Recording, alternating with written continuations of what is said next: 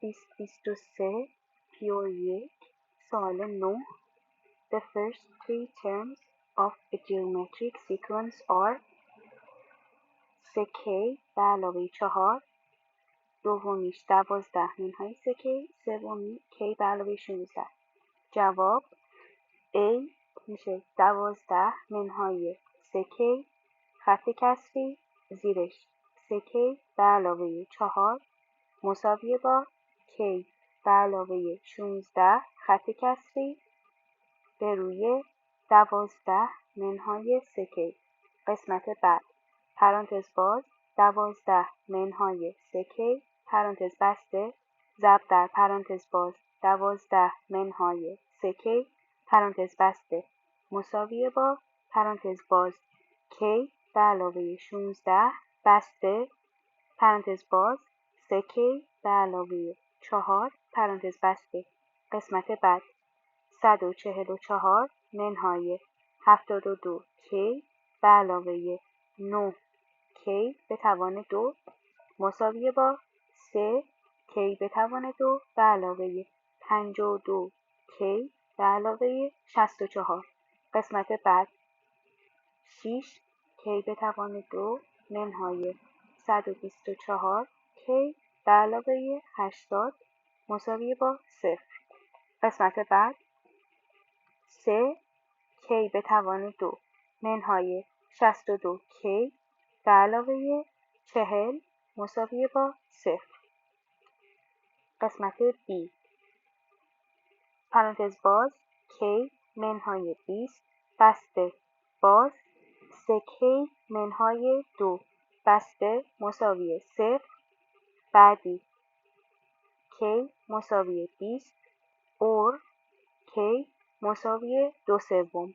بعدی if k مساوی 20 کاما آر کوچیک مساوی خط کسری بالاش 12 منهای 3 باز 20 بسته به روی 3 باز 20 بسته به علاوه 4 مساویه با منهای 3/4.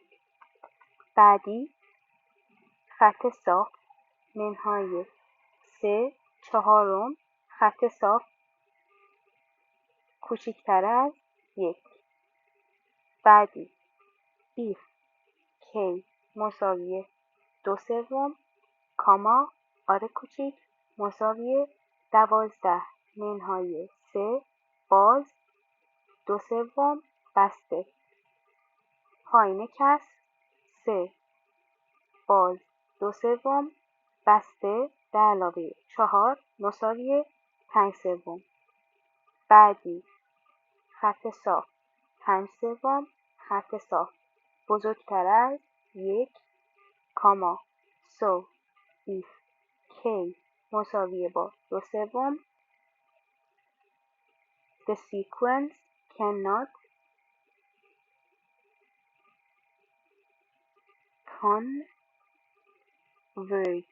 converge. بعدی k مساویه با 20. بعدی